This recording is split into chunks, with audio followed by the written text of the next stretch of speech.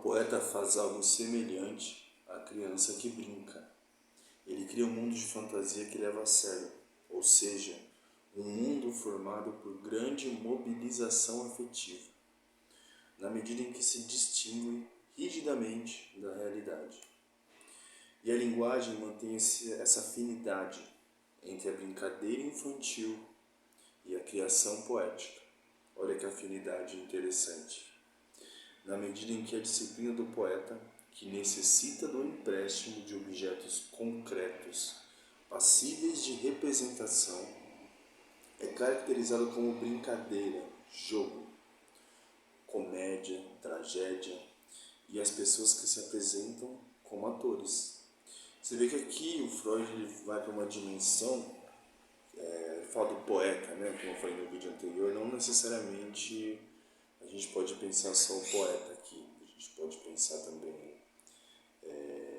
escritores, pessoas que criam, que tendem a, como ele diz aqui, né?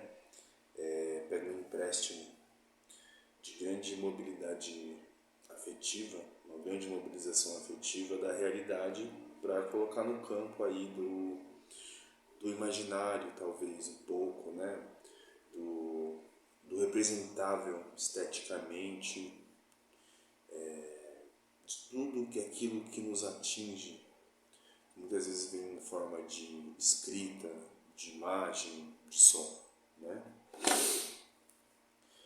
Mas, a partir da irrealidade do mundo poético, se seguem importantes consequências para a técnica artística, pois muitas coisas que não poderiam causar gozo como reais, podem fazê-lo no jogo da fantasia, e muitas moções em si são desagradáveis, podem se tornar para o ouvinte ou espectador do poeta fonte de prazer.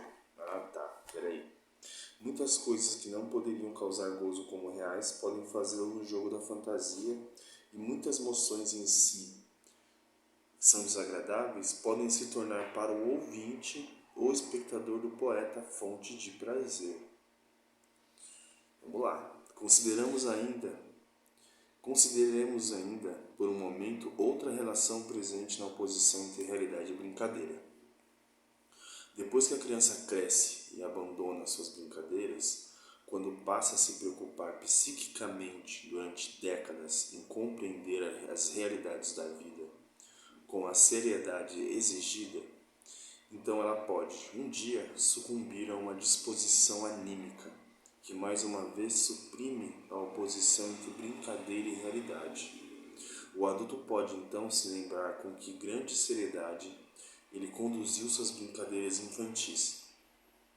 E na medida em que equipara suas pretensas ocupações sérias com essas brincadeiras de criança, se desfaz de todas as pesadas opressões e alcança o maior ganho de prazer, o do humor.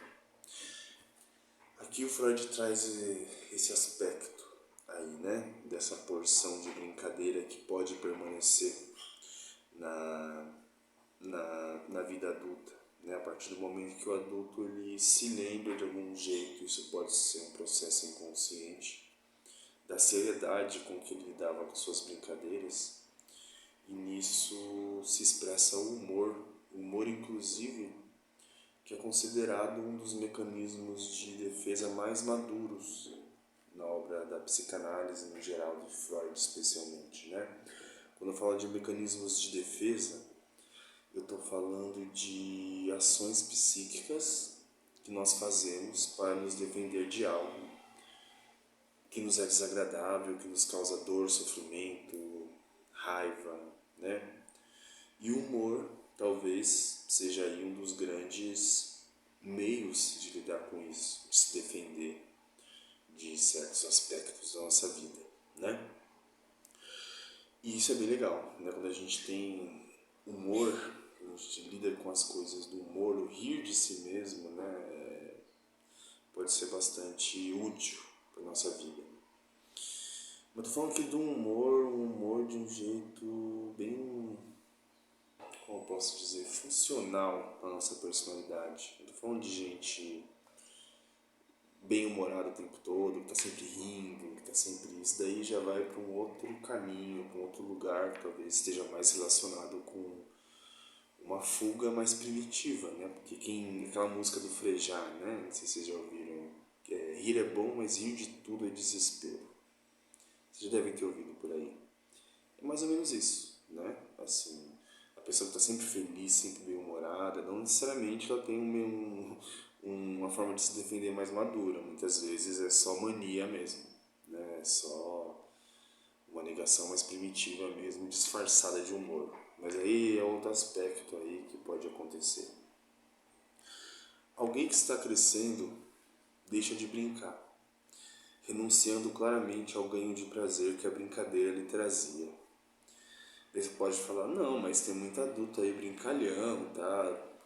Vamos por partes, a gente não está falando disso, a gente está falando aqui de processos psíquicos mais profundos, talvez, mais amplos, né? Não sei se profundo, tá, tudo bem, profundo, mais amplo, depende. Mas quem conhece a vida psíquica das pessoas sabe que nada é mais difícil do que renunciar a um prazer que um dia foi conhecido. Olha só. Muitas vezes prazeres que causam sofrimento, né? Enfim, no fundo não poderíamos renunciar a nada.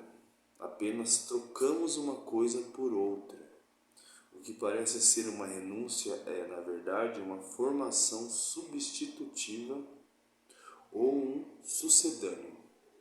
Assim, quando alguém que está crescendo deixa de brincar, nada mais faz a não ser esse empréstimo aos objetos reais. Em vez de brincar, agora é fantasia. Olha só que interessante. É aí que tá, eu falei um pouquinho no vídeo anterior, que eu li o início do texto do O Poeta e o Fantasiar, que é esse texto que eu estou lendo aqui. E em algum momento se diz aqui, né, que a criança ela consegue distinguir a fantasia da brincadeira, né, de um modo geral. Ela sabe o que é brincadeira e o que é realidade. E com essa percepção, a criança ela empresta elementos da sua brincadeira para a vida real, assim como pega elementos da realidade para a sua brincadeira. E isso é o que diferencia o brincar do fantasiar, né? A consciência desse empréstimo de realidade para fantasia para realidade, né?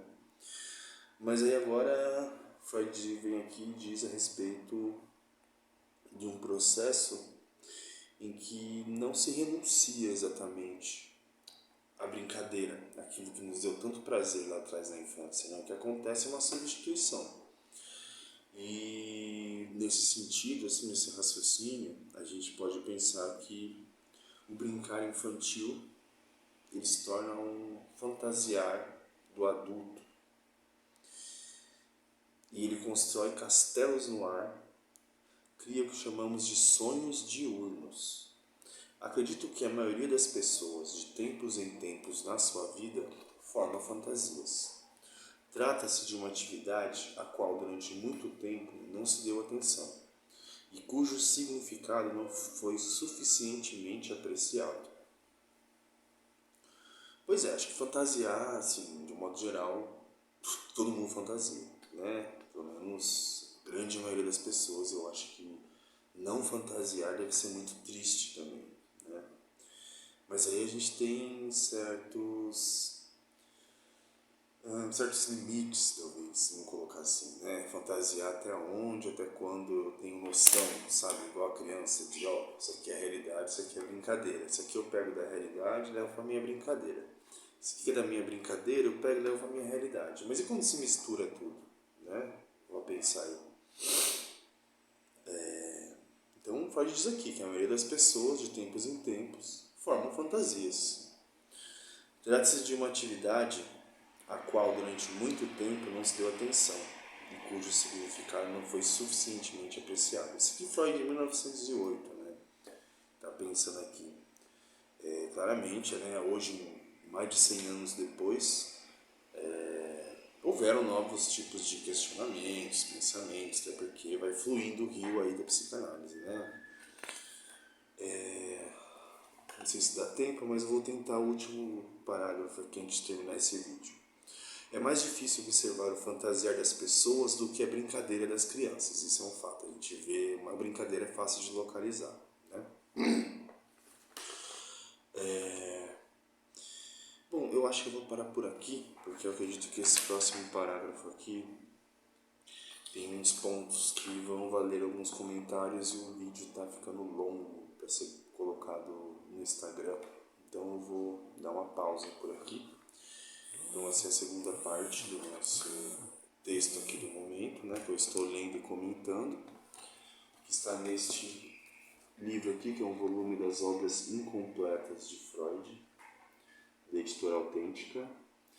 E é esse texto aqui, eu disse que é o primeiro texto, mas acho que é o primeiro texto mais longo, talvez, que é o Poeta e o Fantasiar. Se você tiver acesso a esse texto, sugiro aí para você, tá bom?